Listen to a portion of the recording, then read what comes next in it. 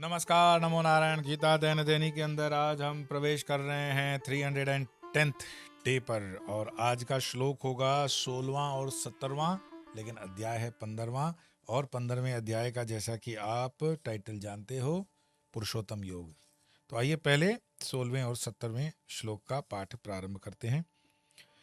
द्वाविमो पुरुषौ लोके शरश्चाक्षर एव च क्षरः सर्वाणि भूतानि कूटस्थोऽक्षर उच्यते। उत्तमः पुरुषस्त्वन्यः परमात्मेत्युदाहृतः यो लोकत्रयमाविश्य बिभर्तव्यय ईश्वरः। भगवान श्री कृष्ण कहते हैं कि इस संसार में नाशवान और अविनाशी भी ये दो प्रकार के पुरुष हैं। नाशवान और अविनाशी दो प्रकार के पुरुष। इन सभी भूतों को शर पुरुष और कूटस्थ को अक्षर पुरुष, शर की कारण भूत माया शक्ति कहा जाता है। तथा इन दोनों से उत्तम पुरुष तो अन्य ही है, जो तीनों लोकों में प्रवेश करके सबका धारण पोषण करता है, एवं अव्यय परमेश्वर और परमात्मा इस प्रकार कहा गया है। कितना विश्लेषणात्मक इसको कहा गया है। अगर आप इसको समझें कि यहां भूतानी शब्द से द्वाविमो पुरुषो लोके शरक्षाक्षर एवच शरद सर्वाणी भूतानी, तो भूतानी शब्द से पांचों भूत और उनके कार्य, तीनों शरीर समझने चाहिए। ये शरीर भी समष्टि व्यष्टि सब इसी के अंतर्गत आ जाता है। समष्टि मतलब इन टोटलिटी कॉस्मस, और व्यष्टि मतलब इन पर्टिकुलर। क्योंकि भूतानी के साथ सर्वाणी विशेषण का प्रयोग हुआ, ये नाशवान होने के कारण शर कहे गए हैं। कूटस्थ शब्द का अर्थ किन्हीं ने माया और किन्हीं ने जीव किया है। प्रसंग अनुसार इसके जीव, ईश्वर, माया और शुद्ध ब्रह्म सभी अर्थ हो सकते हैं। कार्यवर्ग नाशवान होने के कारण शर तो है, उनकी कारणभूता माया अविनाशनी होने के कारण अक्षर है। अक्सर हम गीता जब सेमिनार्स करते हैं, मैंने बहुत सौभाग्य रहा है मेरा, गीता का जितना भी मैंने लाभ मिला, तो जो परंपरागत सन्यासी हैं या जो गुरुकुल पद्धति के सन्यासी हैं या ज्ञानवान हैं, तो उनके शब्दों का चयन और उनके एग्जाम्पल्स ऐसे होते हैं कि 15-20 मिनट के बाद मैंने देखा कि बैठा हुआ जो उस सेमिनार का व्यक्ति होता है वो थोड़ा सा बुझने लगता है। जैसे सर्वाणी विशेषण का प्रयोग हुआ, नाशवान होने के कारण, कूटस्थ शब्द, माया, फिर जीव, ईश्वर, इसको कोरिलेट करके बताना, इसको कनेक्ट करके बताना, हम अपने जीवन में गीता को प्रैक्टिकली समझ सकें। शब्द बारी बारी तो मैं भी उपयोग कर लूं, लेकिन इससे मेरा पांडित्य ही बाहर आएगा, लेकिन मैं आपको कनेक्ट नहीं कर पाऊंगा। मेरे हंसने हंसाने या ह्यूमर या छोटी मोटी जोक्स को भी सुना करके ये चीज़ें मैं कनेक्ट इसीलिए करता हूँ, सो दैट ये आपको भारी भरकम सी न लगे, ये लगे कि नहीं ये डाइल्यूटेड है, हम इसको समझ पा रहे हैं। तो कुछ अक्षरों पर ध्यान न देते हुए उसकी गहनता को सरलता में बदलकर मैं प्रयास कर रहा हूं आपको, और वो भी 10 मिनट के अंदर मेरा प्रयास है। पर उसके बदले में मैं चाहता हूं कि अभी हम सिर्फ 50 दिन दूर हैं इस गीता को पूर्ण करने में। इस गीता को जितना आगे तक पहुंचा सकते हो पहुंचाओ, और इसका लाभ अपने आने वाली जनरेशन्स को मिले, यूथ को मिले।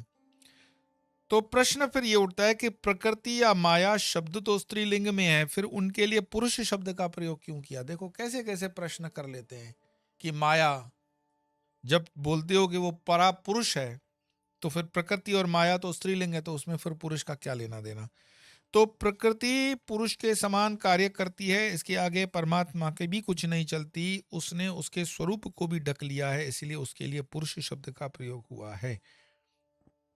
और दूसरे जो श्लोक का हमने पाठ किया था, उत्तमः पुरुषस्त्वन्यः परमात्मेत्युदाहृतः यो लोकत्रयमाविश्य बिभर्तव्यय ईश्वर। तो इन दोनों से भिन्न जो उत्तम पुरुष है वह परमात्मा कहा गया, जो अविनाशी और ईश्वर समर्थ है तथा तीनों लोकों को व्याप्त करके उसका भरण पोषण करता है। तो कैसा होता है वो परमात्मा? वह नित्य शुद्ध ब्रह्म है, माया उसका स्पर्श भी नहीं कर सकती। वही सबकी सत्ता स्फूर्ति देने वाला है। जैसे राजा की सत्ता से राज्य संचालन होता है, उसी प्रकार उस परमात्मा की सत्ता से ही विश्व का सब व्यवहार चल रहा है। वह सर्वसाक्षी है। राजा कैसे चलाता है, या प्राइम मिनिस्टर आज के ज़माने में, या चीफ मिनिस्टर आज के ज़माने में, ऐसा थोड़ी होगा कि हर चीज़ चीफ मिनिस्टर जाके करेगा। कि रोड बनाना है तो खुद ले गया कुदाल और फावड़ा तगारा, नहीं। कि अस्पताल खोलनी है तो खुद करेगा। एक पूरा सिस्टम है, उसके होने से, उनके प्रेजेंस होने से ही हो जाएगा। सर्वसाक्षी, जगत आदि अवस्थाओं के बदलते रहने पर भी साक्षी निर्विकार ही रहता है। जागृत आदि अवस्थाओं के बदलते रहने पर भी साक्षी निर्विकार ही रहता है, उसमें कोई अंतर नहीं आता। कैसे वो साक्षी हमारे भीतर जागृत रहता है? वो कहता है कि जागृत आदि अवस्थाओं में भी, स्वप्न में भी वो है। जैसे हम गहरे में गए, जागृत, स्वप्न, सुषुप्ति, ये 3 अवस्थाएं हैं। जागृत में तो चल फिर रहे हैं तो पता पड़ रहा है, आप खुद को देख सकते हो। आंख के गोले को, अगर आंख का गोला खुद को देखना चाहे, आंख आईबॉल खुद को देखना चाहे तो देख सकता है क्या? ऐसे नहीं देख सकता। तो जो अंतरात्मा हमारी है, जो ये परमात्मा विराजमान है, ये हमारी टोटल बॉडी की जो ऑरा है वही परमात्मा है, उसको एग्जाम्पल मान लो। तो वो देख रहा है कि आपसे कौन मिलने आ रहा है, उसने आपके साथ क्या बात की, कैसी बात की, क्या खाया, क्या पिया, वो विटनेस है। मेरे भीतर ही मेरा जो स्व है वो विटनेस है। इसीलिए हमेशा कहते हैं कि आप चैतन्य में रहो, अपने अपने स्व में रहो। और स्व में रहने से अगर आपका हाथ भी उठता है तो आपको पता है कि आपका हाथ उठ रहा है और उसको आप ही उठा रहे हो, आपके आदेश से ही उठ रहा है। वरना कई लोग नहीं कहते हैं मुझे पता ही नहीं ये कैसे हो जाता है, मैंने तो किया ही नहीं ऐसा। वो बेहोशी में जीवन जीना होता है। बेहोशी में गाड़ियां चलाते हैं लोग, पीछे रिवर्स लेते हैं, धम की जब आवाज आती है तो बोलता है अरे मैंने तो ऐसा किया नहीं, पता नहीं कैसे हो गया। तो पता नहीं कैसे हो गया मूर्ख, पैर तेरा कार पे, ब्रेक पे तुम्हारा था, हाथ तुम्हारा स्टीयरिंग पे था, आंखें तुम्हारी लगी हुई थी, तो तुम कहां थे? इसका मतलब तुम वहां नहीं थे। तो तुम वहां नहीं थे, इसका मतलब ये नहीं कि तुम नहीं थे। तुम नहीं होते तो वो शरीर ढेर हो जाता, पर तुम नहीं थे मतलब तुम वहां नहीं थे, तुम कहीं और थे। ऑफिस में रहे होगे, घर में रहे होगे, मित्र के पास रहे होगे, इसीलिए गाड़ी में रिवर्स करते हुए एक्सीडेंट हुआ है। यहां ईश्वर शब्द का प्रयोग शुद्ध ब्रह्म के लिए हुआ है, माया विशिष्ट के लिए नहीं। उत्तम पुरुषस्त्वन्य का तात्पर्य यह भी हो सकता है कि वह परमात्मा जड़ चेतन दोनों से उत्तम है। ऐसे कई बार एक आर्ग्यूमेंट होती है कि भगवान को देखा जा सकता है क्या? और सबको ये स्कीम अच्छी लगती है कि जितनी जल्दी हो सके और जितना सस्ते में सस्ता हो सके परमात्मा को देखना है। मैंने काफ़ी 4-5 एपिसोड्स जो हैं वो महाअवतार बाबा जी पे बनाए। तो मेरे पास जो मेल आते हैं वो ऐसे ही होते हैं कि कोई नमस्कार नमो नारायण नहीं, महाअवतार बाबा जी से मिलना है, कैसे मिलेंगे? अब जैसे महाअवतार बाबा जी का मेरे पास कोई एड्रेस है और मैं उनको भेजूंगा पिन कोड कि मिल ले भाई, महाअवतार बाबा जी से कैसे मिला जा सकता है? फिर एक आता है महाअवतार बाबा जी से बात करनी है, जैसे उनके मोबाइल नंबर मैंने रखे हुए हैं। और हद तो तब हो गई कि भरूच बरोड़ा के नज़दीक से एक व्यक्ति आ गया मेरे पास, और बड़े बोर्ड लगे रहने के बाद भी भाई मैं नहीं, इस तरह मिलना संभव नहीं है।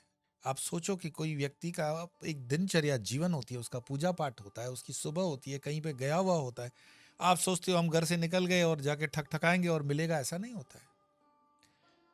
तो वो आ गए बड़े ओवर कॉन्फिडेंस में, और उनका नसीब कि वो, मैं उनको दिख गया। तो मुझे बोले कि आपने जो बताया है कि 26 महाअवतार बाबा के संदेश वाहक हैं, उसमें मेरा नाम भी है।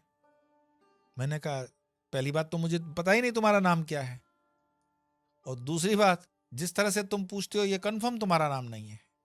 और वो अपने साथ एक चेला चपाटा भी लाया था।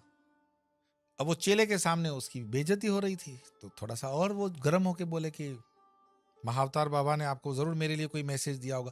पगला जाते हैं लोग, ऐसे ऑब्सेस्ड हो जाते हैं, साइको हो जाते हैं, उन्हें चलते फिरते महाअवतार बाबा दिखाई देते हैं। भाई अभी मंत्र लिया नहीं, मंत्र किया नहीं, मुझे काली दिखाई देती है, मुझे माँ दिखाई देती है। तो ये तो राजा रवि वर्मा ने कैलेंडर में जो बनाई है वो तुम्हें दिखाई देती है क्या? माँ का वास्तविक स्वरूप वही है क्या? कौन तय करेगा? जो तुम देख रहे हो वो हेल्यूसिनेशन नहीं है, तुम्हारे मन का भ्रम नहीं है। और कौन तय करेगा वो जो तुम देख रहे हो वो सत्य है कि असत्य है? और अगर वो सत्य होता तो तुम्हारे जीवन के पूरी जीवनचर्या के अंदर तुम स्थिर हो जाते, शांत हो जाते। एक ऑरा, एक जो होता है ना वाइब्रेशन, तुम्हारे प्रेजेंस में रहने वाले लोग सामने से कहते हैं कि नहीं कोई बात है। रामकृष्ण परमहंस के ऊपर जब कृपा होती है माँ की, तो वो कहते हैं कि मेरे पूरे शरीर से जैसे ऊर्जा निकल रही थी, तो कंबल ढक करके कहते थे माँ इसको छिपा दो नहीं तो लोग परेशान कर देंगे। तो परमात्मा इतनी सस्ती चीज भी नहीं है कि आप बोलोगे कि मैं 1 लाख जप कर लिया और परमात्मा के दर्शन कर लूंगा। परमात्मा दर्शन देंगे कहाँ? परमात्मा तुम्हारे भीतर हैं ही तो सही, बस उसी का स्मरण आ जाए, उसी का चैतन्य हो जाए तो हो जाएगा। और उसी के लिए तो गुरुमुखी होना है, उसी लिए तो गुरु मंत्र है, उसके लिए तो दीक्षा है, और वही पथ पे चलना पड़ेगा, कोई दूसरा रास्ता नहीं है। तो आइए दोनों श्लोकों का पाठ करके विराम दें। द्वाविमो पुरुषो लोके क्षरश्चाक्षर एव च, क्षर सर्वाणि भूतानि कूटस्थोऽक्षर उच्यते, उत्तम पुरुषस्त्वन्य परमात्मेत्युदाहृत, यो लोकत्रयमाविश्य बिभर्तव्य ईश्वरः। आज इतना ही, कल फिर मिलेंगे, तब तक के लिए नमो नारायण।